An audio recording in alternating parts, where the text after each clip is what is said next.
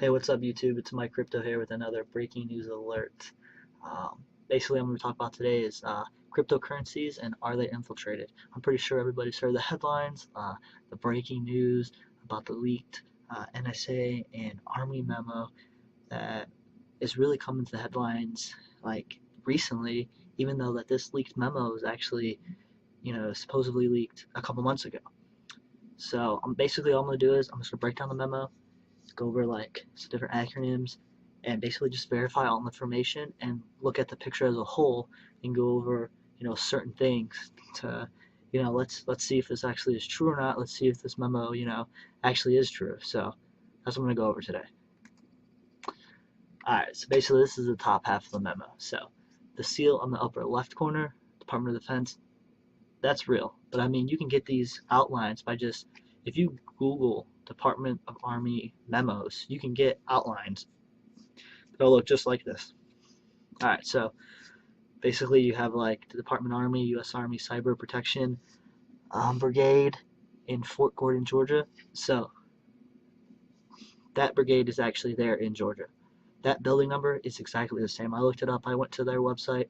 That is all true. That building number is the same, and the Cyber Protection Brigade is the same. Now, it was a tough time finding this Cyber Protection Brigade because actually it was in the Fort Gordon website. So you have like a main website which you can go on, which doesn't really list us at all.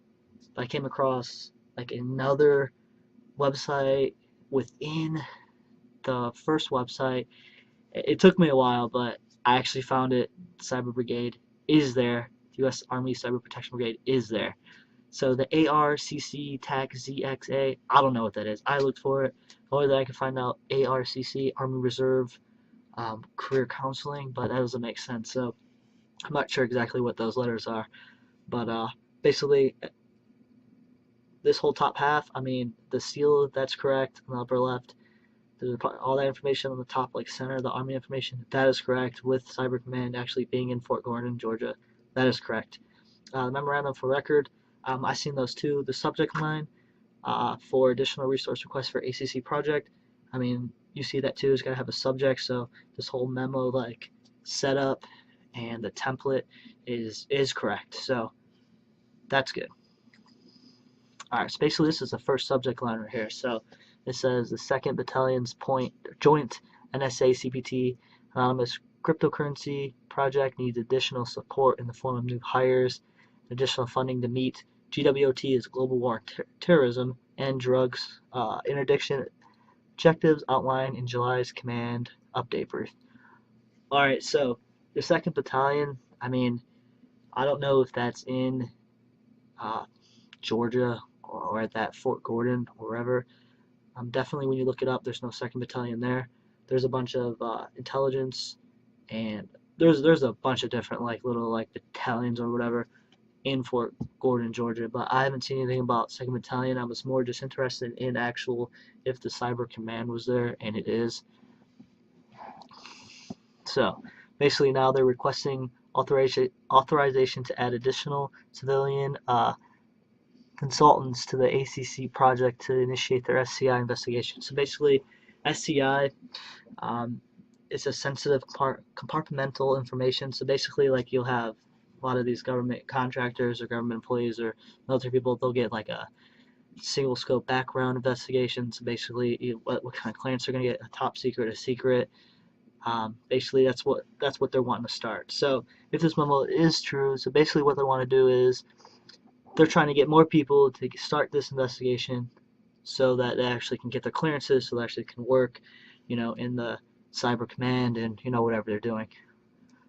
So requesting additional funds for Class 7 and 9, I couldn't find anything about funding. I mean, there's an Army manual out there that talks about a bunch of funding, but also that could be, this funding can also be from the Department of Army, but like the civilian/contractor hires, so it could be a little different. It could just be a DoD general funding. It's just too hard really to find out what Class 7 and 9 funding is. I mean, if you're in the Army or you got more information on that, or in the government, I mean, share it on the channel, write a comment, let's hear about it. But it was just too much to look at Class 7 and 9. Alright, and I guess there is a cost analysis worksheet, but I haven't seen that. Alright, so let's go to the next one. So basically this is like the end of the memo right here. So it's subject lines 2, 3, 4, and 5. So basically it talks about the success they had with Tor, I2P, and VPN. So if you're not familiar with those, basically um, it's just so a Tor, I2P, and VPN is a cryptological sound method basically to anonymously access information and communicate online. It's basically like a VPN, a virtual private network, right? You don't want people to know exactly what you're doing, privacy, so your internet provider doesn't know what you're doing or how much stuff you're downloading. So like, you want to like people to download movies, still do a VPN because it'll switch up their IP. So like, I had a VPN, right? It changed my location every 30 seconds if I wanted to. It would reconnect me somewhere else. You can have it every hour, 30 seconds, minute, 5 minutes, 15 minutes. Very easy to get. I mean, definitely get good ones. It's a good thing to have. Alright, so basically what they're saying cannot be replicated with those currencies that do not rely on nodes. So if you look at like blockchain and like Bitcoin and stuff in the nodes, we're not talking about node.js. So that's different, like script writing. They're talking about like just like a specific node for cryptocurrencies. So if you do a quick Google search, you'll come up with like the whole lesson and the types of nodes, and basically like how it makes sense that they're able to track a few of the like currencies that are used on the node because there's only so many on the nodes. But once you find out that first path, it's pretty much should be very simple to find the multiple currencies on that path. You guys try to get what I'm saying? Like basically there's so many coins on one node, which is just one path that won't intersect with other paths. So you'll have a group of coins sitting on a node that will go from point A to whatever it goes to this whole thing. There'll be a certain number that actually follow that same path. So once you find out one on that path, it is very simple to find out the rest of them that are on that path. You guys get what I'm saying? So if you guys don't, like I said, just search the nodes. Not node.js, that's a scripting type thing. That's Node JavaScript. That's totally different. Look at the blockchain and cryptocurrency nodes. You can read all about it. So just look at that. So it's kind of makes sense though that it's easier to,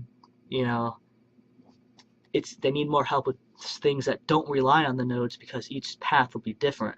So yeah, so that would be very hard to get, but alright, so there's growing trend in the employment of stealth address and ring signatures that require additional R&D. So that R&D is just research and development. Please reference the weekly SITREP. So that's just what is that? That is a situational report. And then SIPR. So SIPR is basically a secret internet protocol router. Okay, so the government has SIPR, and then it has like a NIPR. So basically you have like a non-secure, and you have like a not secret. It's secure, but like a not secret. And you also have like a secret. So the secret thing would be computers that will be access to like a classified network. That'd be the secret internet.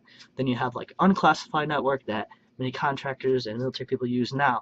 So like you'll see like further on in this video that I'll explain it later. You guys will get it. But anyway, like the SIPR basically is like whatever that they're passing on a classified network. So, but this memo is not stamped classified, confidential, secret, or top secret, or anything like that. So this could just be a memo that is, like pretty much like a template that this guy came across or whatever before the final draft happened, before it was actually stamped with a classification. So the memo as a whole, if you Google this image or come across this whole memo, it's not stamped with anything. But a lot of this stuff is accurate Army and like DoD like acronyms and references and everything like that. So kind of seems like it might be real, but we'll keep reading along and see.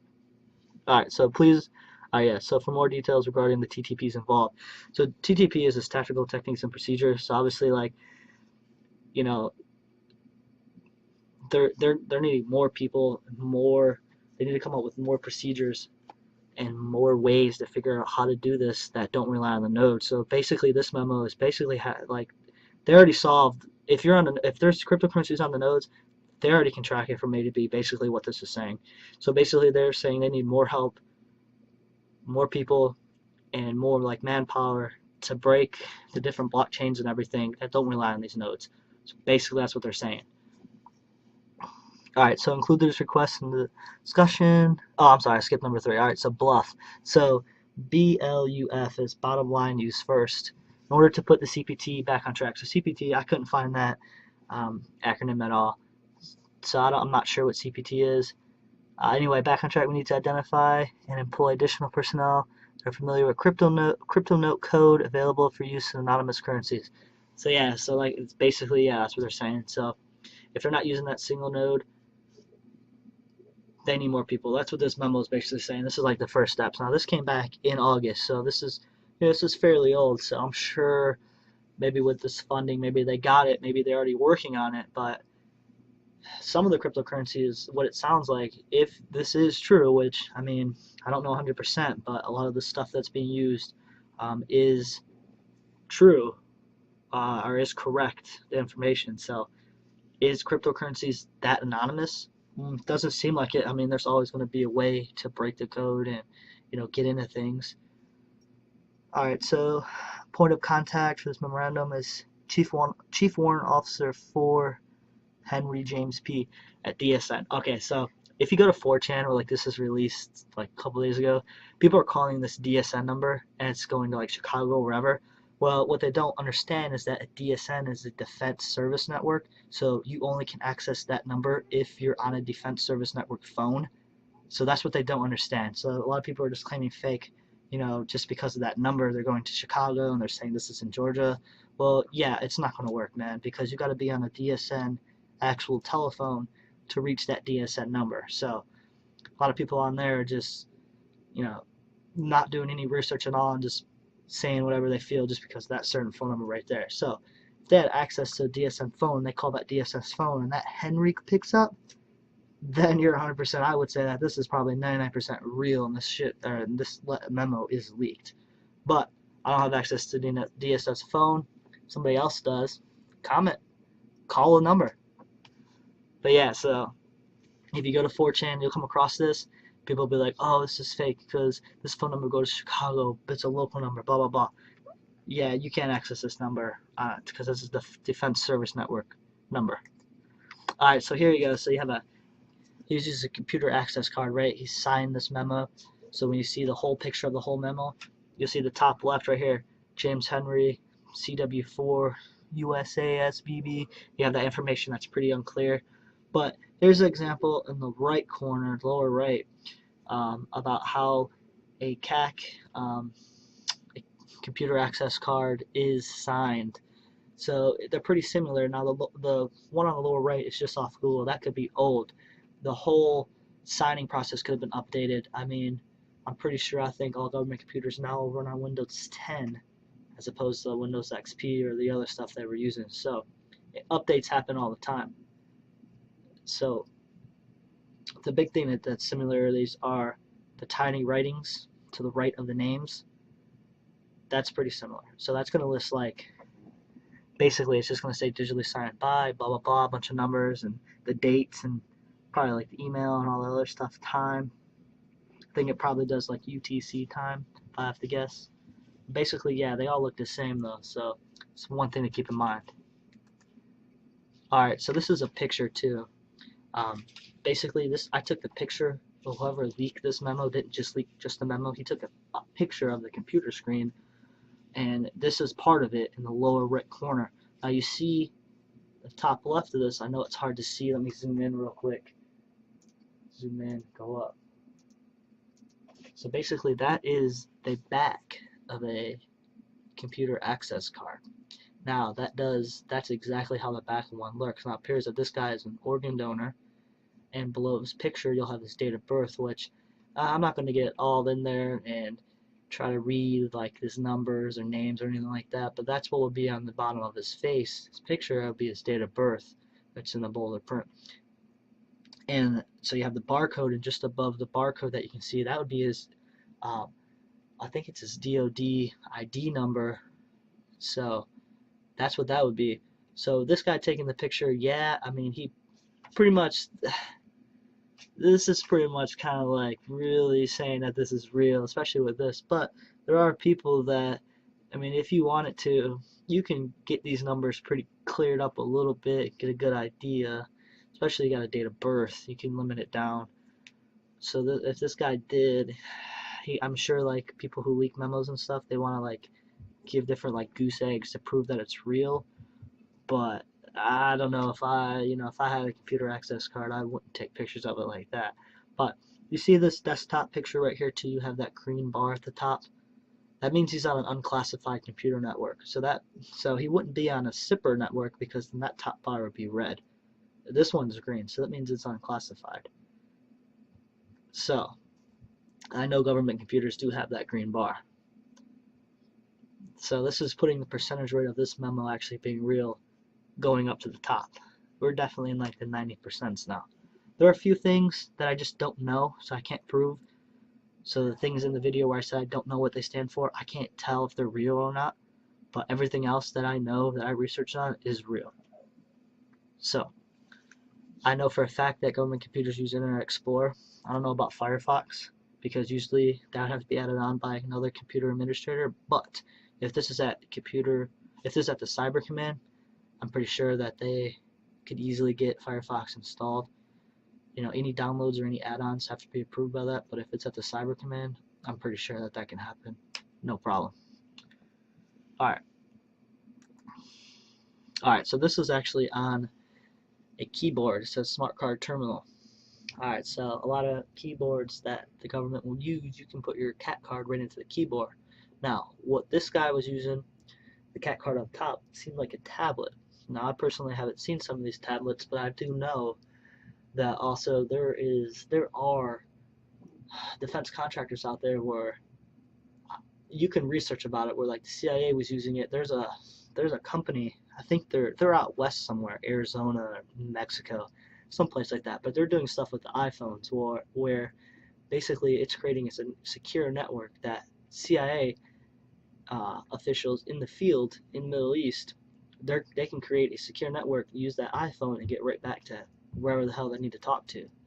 So I do know that's a fact. So if that looks like a little like iPad or whatever it is, I'm pretty sure they got those already, that add-ons where they can put their CAC right into that, and they can do like a mobile workstation in a certain area. But another thing is too is like that could be some type of laptop as well, because you can put CAC cards in laptops as well as keyboards. I mean, you can buy CAC readers right off Amazon and eBay too. I mean, it's no big, you know what I mean? But the only thing is that keyboard and that right button looks like a Facebook symbol. So that's a little weird. But I mean, this could just be, like I said, man. These government contractors right now, they put acquisition form in, or whatever it is to purchase something. They could have just bought this locally or wherever, and it's got a Facebook button. Now, are they able to access the Facebook button on that network? I don't know. Couldn't tell you. Probably not. I don't know what the Cyber Command does, but it's just a good thing to keep in mind. Alright guys, that's pretty much it. I broke down the memo and the whole picture, as it is. I gave all the information out there. So definitely, man, if you guys got more information to add, submit a comment, man. Let's spread the information out. Definitely, share the video. Spread the real news and the real facts. Don't be like some of the people off 4chan are just, if they call them BS because they haven't done any research about it. Spread the real news and spread the real facts. Like this video, comment it, subscribe, share, do whatever. I don't care. But definitely, if you want to spread the real news out there, no more fake news, none of that BS, spread the video, spread the knowledge. Alright guys, thanks.